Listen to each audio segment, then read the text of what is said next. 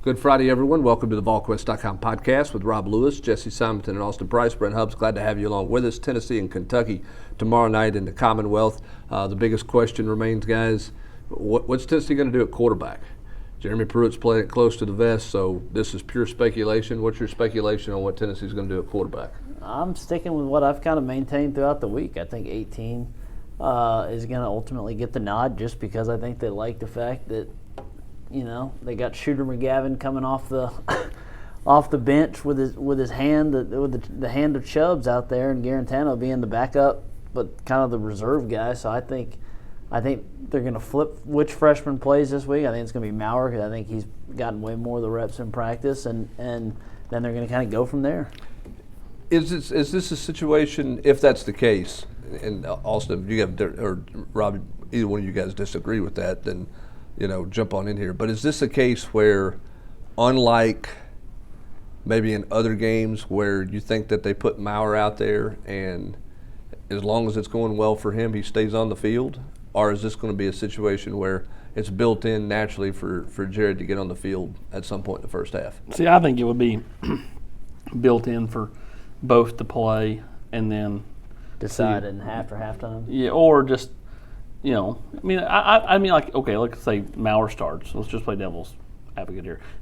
Maurer starts, they go touchdown. I mean, is he really coming out of the game? Because I don't think so. I mean, I think you just kind of let see where you're at 2 series in. If you plan to play JG, put him in, and then see what he does, and then you kind of go from there. So you're saying they built in, so 3rd series JG goes in the game. Unless, again, they go touchdown. Okay, so you're saying play it, it's a feel thing. Yeah, I think you go in with the idea of trying to go, let's say, 3rd series or whatever you want. I mean, whatever series you're going to target. But again, if Maurer comes in and, or for that matter, if they decide to go 2 and then 18, whatever. The point is whoever's in the game first, if they get into an early rhythm and flow, I would not mess with that. Yeah, I think you're running. If you start Brian Maurer, you're starting him, to me, Rob, with the idea that he plays the whole game if he's playing. That's what I think. I mean, I don't, like Jesse said. I mean, I think they, if you're struggling, then boom, 2's in, and without a whole lot of hesitation. But I think they go into it. It's his game if he doesn't screw it up. Do you think that the thought process on how you manage that is different for this game because you believe it's going to be a low-scoring game? Because you got into a game against Mississippi State, and I know Maurer got hurt, but he did throw the 2 picks in the first half, and you managed the game with a lead with Jared. If you think this is a low-scoring game, do you lean more towards, hey, game management's more important than a guy who maybe can make the play with his arm or throws it on time? Do you play it differently that way? Yeah, but I kind of thought that was going to be the case against South Carolina. Yeah, see, that's my point. We thought it was going to be a low-scoring game, and they come out and go boom, boom, boom. Yeah, and it became an offensive explosion there. If it plays out like the Mississippi State game, though, I think that lends more credence to the comments that Pruitt has made in the last 2 weeks that Garantano would get some real series because they feel most comfortable with him in terms of the operation stuff, in terms of, while he did make some poor checks this past week against UAB, I think of the 3, they feel like he's going to make the best decisions at the line of scrimmage. So in that case, in that scenario, I actually think the leash would be much shorter on Maurer. I don't know what they're going to do. I mean, Jeremy Pruitt said on Wednesday in the teleconference he complimented Kentucky on their ability to disguise things in the back end and bait things and make it hard on your quarterbacks to figure out to read what's going on. If you took that comment at face value, then you would say, boy, that leans a lot to Jared because he's got the more experience. But he also said last week it was too cold for Jared to start in a game, and Brian Maurer had not had enough first-team reps. So I think they decide, this afternoon, probably have an idea, but probably make a final decision Friday afternoon or even Saturday morning as they've done the last couple of weeks and go from there. Regardless of who the quarterback is going to be in this game, the offensive line may be the bigger question. Way bigger. Yeah. I mean, Tennessee has proven they can win with different guys at quarterback. But if they can't block, they can't protect, that's when things are going to get dicey, in my opinion. Especially this is going to – Kentucky's coming off the bye, but if you just look at the raw breakdown of these two teams, Kentucky's not good on 3rd down. They can't stop 3rd down. They really are not a good run defense team. which line of scrimmage for Tennessee kind of shows up, how interested they're playing on a cold Saturday night should be telling early. And if Tennessee does show up, this is a game that it will be ugly, I think, at times. But, you know, they have the favorable matchups down the line, but it's a question of which offensive line are you getting. Are you getting the one that didn't show up and played very poorly against UAB, or the one that really showed some life against Alabama and obviously had, you know, its best game of the season against South Carolina in a group that has a couple NFL guys. And you got two freshman tackles who are not freshmen now. They played, you know, a lot of football, Rob, but they've both been limited on the practice field all week. And, you know, Jameer Johnson, who would probably play some Wanye, is, I mean, not 100%. Right, if he can go.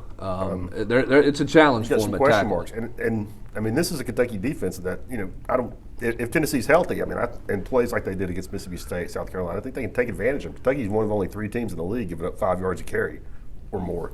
And I think that's one reason, you know, not to dispute Coach Pruitt, I think that's one reason their pass defense numbers look so good is because people are just running it down their throats. I mean, 175 yards a game. So, I mean, but I just don't know if Tennessee's going to be able to take advantage. I don't know either. Been a lot of Kentucky matchups through the years where the Wildcats were giving up nearly 200 yards a game on the ground, and Tennessee seemed to struggle to run the football against them, even though Tennessee might have won the game.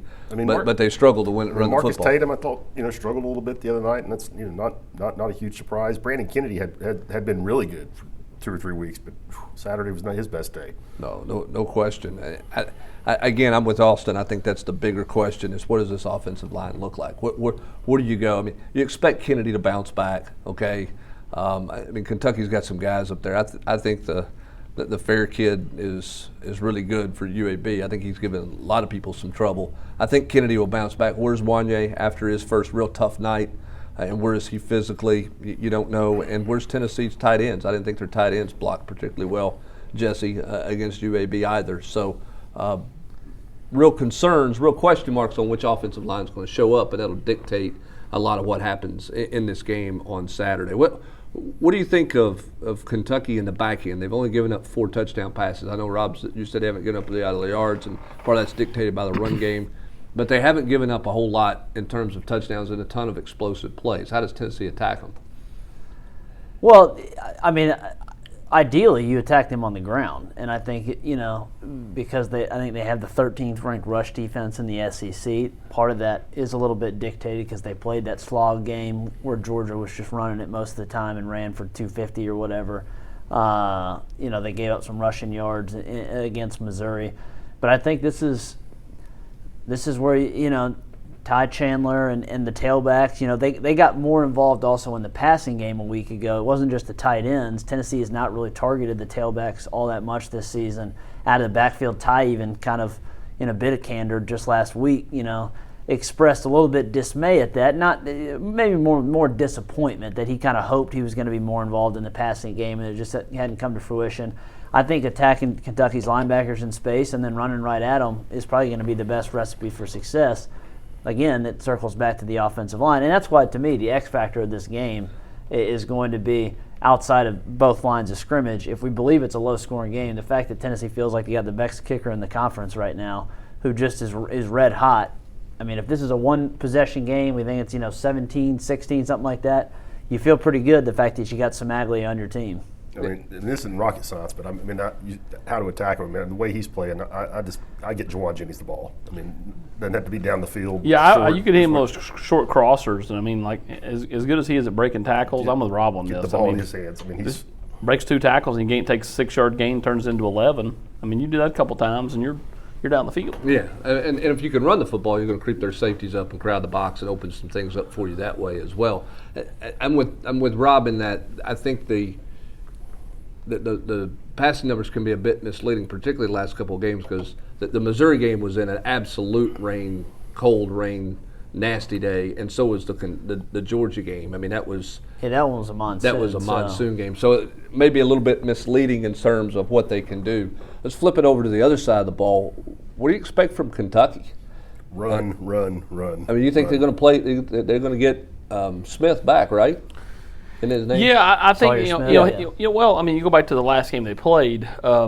He was available so much to the point that he came in the game when Lynn Bowden's helmet got knocked off. You know, so I mean, like I think that, they're going to play him, but I think that they're just going to kind of pick and spot. And I'm almost like Tennessee, you kind of fill the game out. I mean, like if Bowden's making some plays, they're just going to stick with him. But if they feel like they can throw it a little bit, I think the scoreboard is going to dictate it too. So it could be if it's a low scoring. I think you keep Bowden out there and you keep doing the wildcat because it shortens the game. Keep playing. I pulled this up. This is something. I mean, Smith impressed a lot of folks with those 3 possessions he had against Florida to start the game. But otherwise, he's been pretty terrible. Yeah, he's not been. He's really not. He's really not been. He's completing 46% of his passes. Lynn Bowden, who's a wide receiver, is completing 40% of his passes. I mean, it's so the fact that Bowden does have some explosiveness behind. He you noted it on Monday. He gashed Missouri, and it was Missouri had defensive line was. They were washed out of every gap. There was no gap integrity, and so. And he can make people miss in small spaces, and so, he's probably not as quiet as just because Juwan seems like it takes 3 or 4 guys to tackle him. Bowden, it doesn't take that many, but he is a guy that seems like he can escape a phone booth in a really small time. He's leading the SEC in yards per carry by a huge number. He's averaging 8 a pop, and I don't think anybody else is even at 6. Yeah, and it's another. It's natural quarterback math or whatever, but I mean, he's an extra. They're going to have an extra blocker every time. We saw a little bit about, Tennessee under Pruitt has had success stopping the running quarterbacks really outside of Ellington in week 1 against Georgia State. And what did they do? They used some of that H-back, as basically that extra guy right up into the A gap or even, peeling around to the edge. And that's how, Georgia State was able to get some runs. I would expect Kentucky to at least attempt to do the same thing. Tennessee should be better. Batuli did not play in that Georgia State game, and Henry was playing in his first college game. No Bryce Thompson. Both those guys should be better. Middleton, Solomon better. I think this defense is obviously much better than they were at the start of the year, and Pruitt's had success against this offense the last. Well, and I was going to say, that's the biggest reason for optimism is that. Kentucky was better a year ago, and they actually had a quarterback. Terry Wilson's not some all-star, but he can at least throw it a little bit. And they also had their best tailback in school history, and they, had less than 250 yards a year ago against Tennessee. So there is some at least optimism if you're comparing just apples to apples. Wilson was a reluctant runner a year ago. True. He did not love to run the football. You kind of wanted to put it. On his shoulders because he did not try to use that the way that they'll use Bowden, obviously, running the ball. So. And they'll just throw it up to Ahmad Wagner. He's the guy that is 6'5", the former basketball player. He had that ridiculous stat early in the season where every pass attempted his way. It has not gone that way in the last couple of weeks, but every pass attempted his way was either caught or was the defensive back was penalized. And one would expect in better weather conditions, they at least attempt some of those shots down the field. So whether that's a Kenneth George or a Bryce Thompson or a Lante, they're going to have to be in good position and they're both box out a dude that's 6'5", but also just not commit a penalty. Will we set a record? Will this game set a record for wide receivers taking snaps at quarterback when you factor in what Tennessee might do with Juwan Jennings? Because, you're talking about getting the ball in his hands. They only went to it once. In the UAB game, it was for a touchdown, but I think they were saving some of that stuff, don't you? Well, I think they want to use it, in moderation. Have it, more than once. I could see them saving it more for Kentucky than using it against UAB. But even then, I think 5-6 snaps. Depending on down and distance, is something I could see. Especially, now that everybody's kind of back healthy. To me, that's more of a again, time and place type thing. And then again, how much does Smith play for Kentucky? Because if he plays, even 30% of the game, your question about snaps would still be eclipsed by the kid from Kentucky in 12 who took every snap. Yeah, I still think that Juwan right now is probably Tennessee's best short yardage option. Oh, I agree with that. Maybe if they work Crouch more, but that just hasn't really worked. Crouch did not hit the hole well on Saturday night. There was an Didn't see it. opportunity there. Maybe that may be an avenue if they work that in more in the spring, or maybe even during the bye week. If he gets more run here next week for the last 2 weeks. But I think right now, if you need a yard, 2 yards, red zone, I agree put with 15 this, back there and let him run. I can't argue with that, given as hard as he runs, as hard as he is to tackle. And he hits the hole with the assertiveness. Right. He's not dancing back. He's going to fall forward and hit it with some power. And Tennessee's got to be good. They've got to capitalize in the red zone. You don't know how many red zone trips you're going to get, and they've been a bad red zone offensive football team. Last week was really bad. I mean, with the way the defense gift wrapped in the ball. Yeah, they're only better than like Rutgers and Northwestern in terms of Power 5 teams scoring touchdowns in the red area. They're last in the SEC. Are you surprised they haven't thrown like the fade and done some of that stuff around the goal line? We saw that early in the Georgia State game. It was effective. I don't think they've thrown that pass again, have they? I think with some of the decisions that you've seen Jarrett make, I think they're very reluctant to put I'd throw the fade before I let him throw it in the middle of the field, though. I was going to say they've definitely continued to throw it in the middle of the field. What's really interesting, what their red zone package has looked like, and what it looks like Saturday night will be key because Tennessee's got to be very productive in the red zone. We'll have full coverage of Tennessee and Kentucky Saturday night, and we'll get you ready for it throughout the day today and throughout Saturday as well. Let's jump over to recruiting. Right quick, tough week for Tennessee. They pick up a commitment, but they lose a guy, Austin and Jay Hardy, that they firmly believed and firmly thought that they had taken care that was solid to Tennessee before he took that Auburn visit. That's a tough one for Tennessee to take. No doubt, and I mean, they're not going to go down without a fight, and Rodney Garner and Auburn know that. They know Tennessee's going to keep swinging here until, I know the notion is he's not going to sign until February, but Rodney Garner's going. He's going to put the pressure on to sign in December. I mean, Tennessee, to me, has got to ramp up their efforts and try to flip this kid before that December signing period. Otherwise they may lose him, set in stone with a signature. Because I do think it's going to be hard for that kid to get, past that early signing period without Auburn having him sign. This is a question somebody asked me, and I think it's a pretty good one. Everybody can jump in here. We talk a lot about, with some guys, you talk about last visit's the most important. And for some guys it's not that important, and then for some guys it's about getting them on campus multiple times. You can't just get a guy on campus a couple of times and that be it anymore. You got to have him on your campus 6, 7, 8 times. On the surface, Austin and Jesse, this looks like when you look back on it, review on it, what Tennessee did right in this recruitment. They identified pretty early. They weren't late to the party that way. They were certainly there before Auburn was there. They got him on campus multiple times. He privately committed to him a couple of times. Yeah. But yet here comes Auburn in at the midnight hour with the last visit, and he'd been there before. I get that, but they come in with the final official visit and flip him. I mean, I think that one, if you're Jeremy Pruitt, you're sitting back there trying to figure out what should you have done differently. What could you have done differently? Is there anything you could have done differently? I think is the question Tennessee fans ask moving forward, and Jeremy Pruitt. That's something that the staff's got to figure out. Was there something amiss here?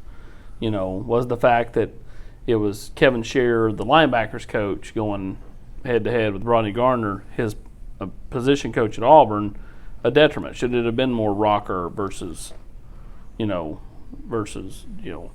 Garner? I mean, that's something I think Tennessee's got to kind of self-reflect over the next few days and figure out okay, what can we do to counter it? What can we do to get back in this thing?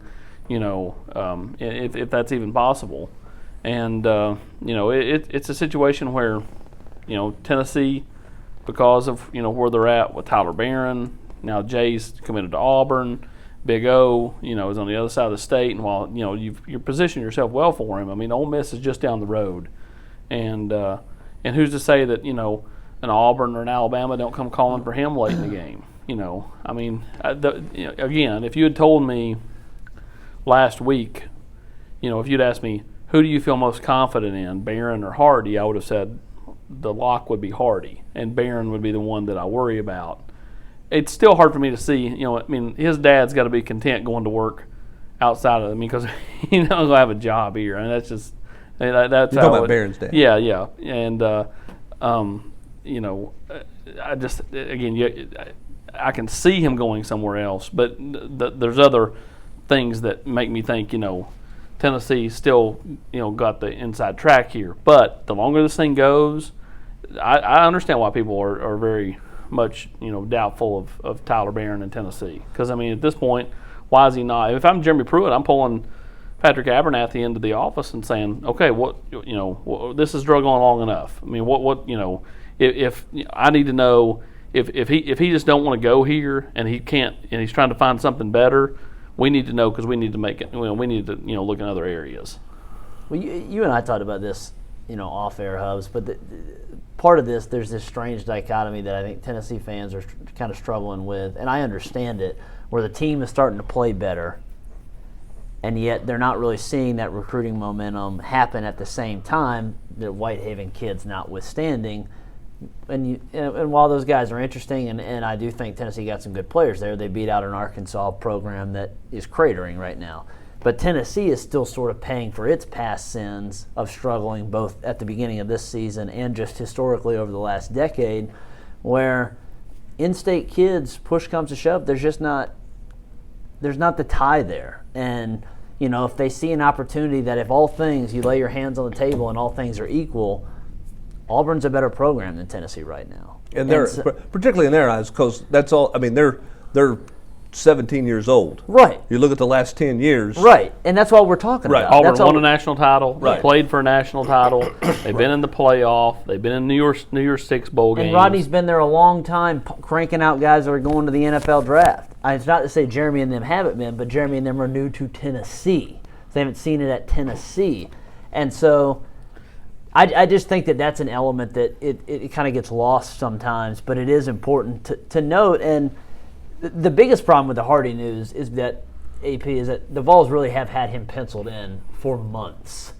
And now I know they're going to keep swinging, they're going to work there, they're going to try to flip him, but when you just take his name off that D-line board, now you only have Dominique Bailey committed. You missed on Justin Rogers, Ribka, Jacoby Cowan. You're in a good spot for Oxendine, but he hadn't jumped in yet. Nope. He's still flirting with Kentucky. You just detailed, how they continue to hope that Tyler Barron is supposed to be in. But he's not class, in. But he's not in yet. So and we just learned, the idea of these silent. What weight does any of that carry? Not a whole lot. Doesn't. And so when you start to look at this defensive line class, the outline was there for it to be extremely impressive, but the way it has unfolded thus far has been disappointing, and it could still look good if you get Barron and Oxendine and obviously Big O. Right. But it's looking much dicier in those respects, especially now that Hardy has not decided to pop in, than it did just a week ago. And that's why Blaine Tolles and the Reginald Perrys are suddenly back in the mix, because those spots were not thought to be available, and now they are. Yeah, and they're kind of in a weird spot where you can't afford. Not only do you got to really focus on trying to land Tyler and O and see where you are with the guys like Perry and Toll and all that, but you've also got to make sure that guys like Keyshawn that they're focused and that they're happy and still see the vision. Because, at the end of the day, Keyshawn and Jay Hardy knew each other. Keyshawn and Tyler Barron know each other, And as, Brent's talked about, it's gotten too easy for Tennessee kids to, say no to Tennessee. And so, look at Kevin Cooper. That's his brother that just, he played here, played for Coach Fulmer, who's now the AD, and, he chose to go elsewhere. And it is just it's made much easier to say no when you look at the last 2 years and you see, whether they wanted him or not. Trey Knox is at Arkansas. Adonis Ote's at Southern Cal. Woody Washington is at Oklahoma. I'm dating myself, but however, you remember it. Remember when Leroy Thompson went to Penn State? Mm-hmm. It was a huge deal. Yeah. When Patrick Turner went to Southern Cal, it was, everybody was like, no way a guy from Nashville is going to Southern Cal. And now, T. Higgins. That wasn't, that created some frustration, but it wasn't it just wasn't like the nuclear holocaust like it would have been back when Coach Fuller was. Well, and I think that goes back to this generation of kids and the fact that Tennessee's not had success. Yeah, LSU's got 2 starters on the number 2 team, on the number 2 defense, or no, they're not the number 2 defense, number 2 team in the country that are from you Tennessee. can just go on and on. Phillips and Stevens. Well, and look, there's been years where Tennessee's never going to sweep the entire state. No. It's not going to happen. But it has become too frequent and too easy for guys to leave the state. That it's become much more commonplace, and there's not a big draw there. I mean, my kid's going to be 15 next month. You had one just turned 15, Rob. They've never. Your oldest is going to be a senior in high school. I mean, I explained to my son that Tennessee used to beat Alabama. Because that's where Tennessee's been at for them, and that's where the reality of Tennessee still got a ways to go comes into it. I think probably, Austin, I put maybe more stock in, hey, if they win some down the stretch, it's going to make everything a lot easier. And I do think it helps, but maybe it's not the landfall for 2020. Probably gives you momentum in 2021, 2022, but it's so late, a bit late in the game to win in October and November with a December signing date coming up, that maybe it doesn't have that carry that huge weight that we thought it would. Now, look, they went out in November. You're going to have some juice, and you're going to be a storyline out there. But right now, you've won what, 2 of 3, 3 or 4, 3 or 4. Which is good. It's better than the alternative, but it doesn't mean a landfall of recruiting. Again, though, what would the mood be if they were 6-3 and not 4-5? And that's the question. Would the narrative be? Would the storyline for Jay Hardy be different? Would there be guys like Barron and Oxendine in the boat faster?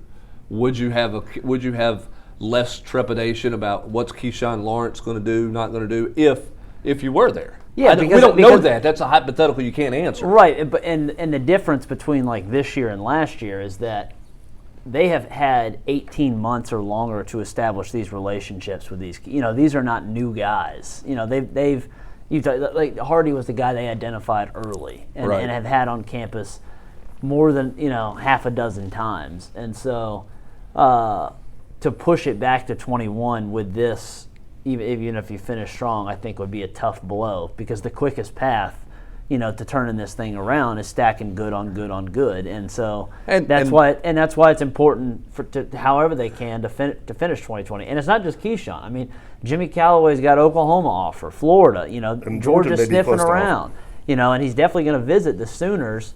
So that's one that you got to hold on to. It's been a weird couple weeks for Tennessee's recruiting. You come off your best win, and BJ, your number one, the highest ranked guy in your class, flips the next day. It's just been kind of strange couple weeks. You get the Whitehaven kids, which was good. They've wanted Eason for a while, but they warmed on French and McDonald, and then it's like, all right, what are you going to do with this next O-line? They got some options, and then Kyrie Miller suddenly beat out SMU. It's just kind of strange.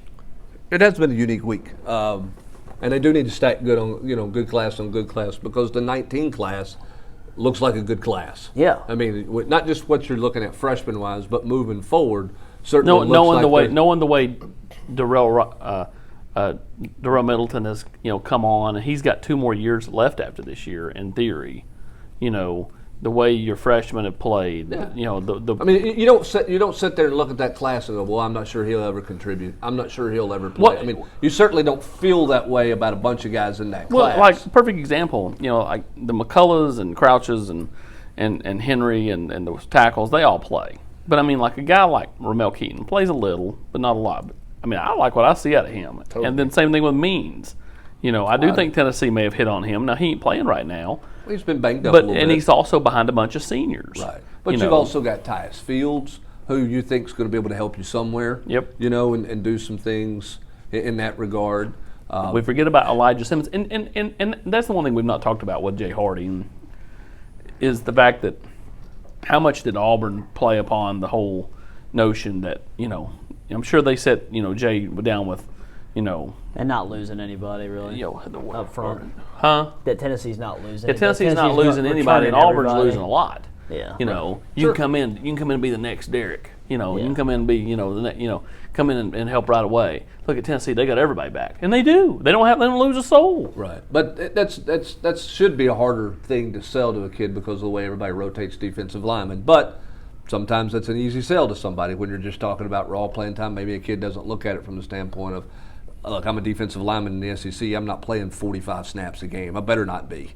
You know what I'm saying? But you're right. They are bringing people back. And look, Rodney Garner's done this in this league for a long time successfully as a recruiter. And he certainly beat out Tennessee for Jay Hardy. We'll see if Tennessee can get back in the mix of that. We'll continue to follow that one as well as these other names in recruiting that are big for Tennessee in the coming days and coming weeks. Let's flip it over to basketball right quick, Rob. Not the greatest season opener. It's game one. You don't put a ton of stock in it. The sky's not falling. It's basketball. You play 30 plus of these. You don't play 12. Everybody take a deep breath. But not out of the gate with your veterans the way Rick Barnes wanted to in that UNC Asheville win. Yeah, I mean, and again, I'm making very little of it. I mean, I still think Tennessee's good. They're going to take a step back this year, but I still think they're going to have a good basketball team. I think they're going to be fun to watch. But boy, Rick didn't waste any time in letting Jordan Bowden and Lamonte Turner know that what he saw from him last night is not what he needs from him. And I just thought that. I mean, Rick just thought they tried to do too much. I mean, me and you were talking earlier. His biggest problem was not getting other people involved. Between the two of them, they took 27 shots and made 12. And then you look down at the low post guys, Fulkerson and East Pons went 11 for 14. So it's not hard to see where Rick's coming from right there. You need to distribute some things. But, I mean, knowing those two kids and knowing that head coach, that message will get through. They'll be different. They will adapt. And the other thing was, I mean, people just didn't see the Josiah James that everybody's sees on the practice floor or even in the exhibition game last week. I mean, I think that's going to be something that is a lot better. But I mean, on the positive side, I think the move to Pons down into the post, I think that's going to help this team just tremendously. I think most nights, 6'6", 215 pounds, built like a brick wall. I mean, most nights, unless teams have a pair of 7-footers or a couple of 6'10" guys, I think he's going to be okay down there. I mean, I really do. He's strong enough to handle himself. He can touch the top of the backboard. He's quick off the floor too. I mean, he doesn't have to gather himself. Quick leaper. I think he's going to be a big help on the boards. And Camwa is going to be able to help him down low. Now it's not ideal. I mean, it's not. They're going to miss Grant. They're going to miss Kyle, but they're going to miss Euros. Not winning that field. Not winning that one. But they're not going to be as helpless down there as I think some people are scared about. Yeah, I mean, there was some good things. Fulkerson looked better. I think the question for him is how does he hold up physically all year long, and how does he hold up against really physical post play, which I didn't think Asheville provided a lot of. I mean, Tennessee could get they had all the success they wanted to have with a high pick and roll. If they'd have stayed in that, I think they'd have got a dunk most every time they wanted to run that. They got them in transition. They did some things that way, which was good. The Gaines kid, if he can get his thumb healthy, I think that's a guy who's got more. I mean, he looks rail thin. You think he's not physical enough, but other than the technical foul, he had a pretty good night. He plays tough. He had 9 points and 3 rebounds in just 10 minutes, and that's a kid. I mean, the coaches love him. I mean, he has a junkyard dog mentality. Tough kid and that obviously really appeals to Rick. I think you're going to see him carve out a niche. And I wish Pember had been hurt because talking to Rick, that's red shirt's not on the table for him as long unless this ankle thing lingers for weeks. And I think he would have played last night. I think you're going to see a rotation of 9. Pretty obvious. Zach Kent didn't get the game until they were up 23 with under 4 minutes left. Don't think he figures into the equation.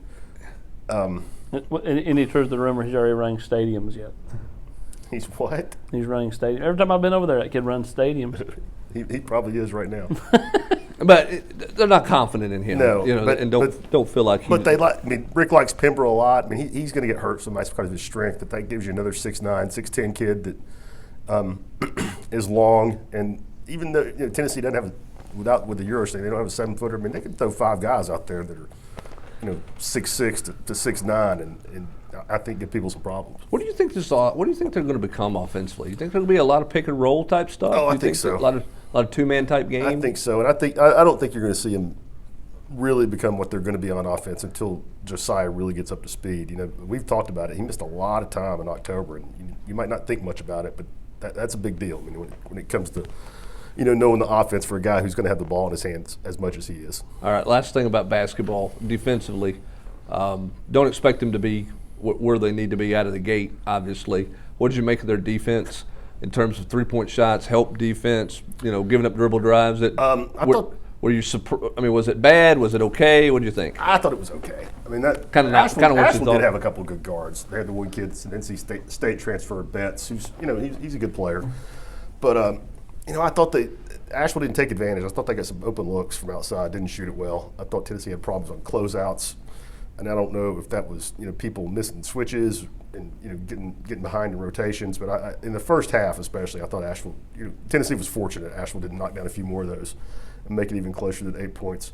To me, I mean, it's nuts and bolts stuff, but I think to me one of the biggest things defensively is going to be in the possessions with a rebound. I mean, I think that's going to be a big, getting on the glass when you're giving up some size, and we'll find out a little bit about how Tennessee is with that in 2 weeks. Washington has some size. The Isaiah Stewart kid he's a banger. He's a good player. So that would be a big test. Yeah, Tennessee has them coming up in a couple of weeks up in Canada, and that matchup there. Youth is being served. We'll see how fast that youth can grow on the Tennessee basketball court, and if the seniors can do more in line with what Coach Barnes is wanting them to do. We'll cover plenty of basketball for you, as well as football and recruiting. But that's going to do it for this edition of the Volquest.com podcast. For Jesse Simon, Austin Price, and Rob Lewis, I'm Brent Hubbs. Thanks for joining us. Have a great rest of your Friday, everybody.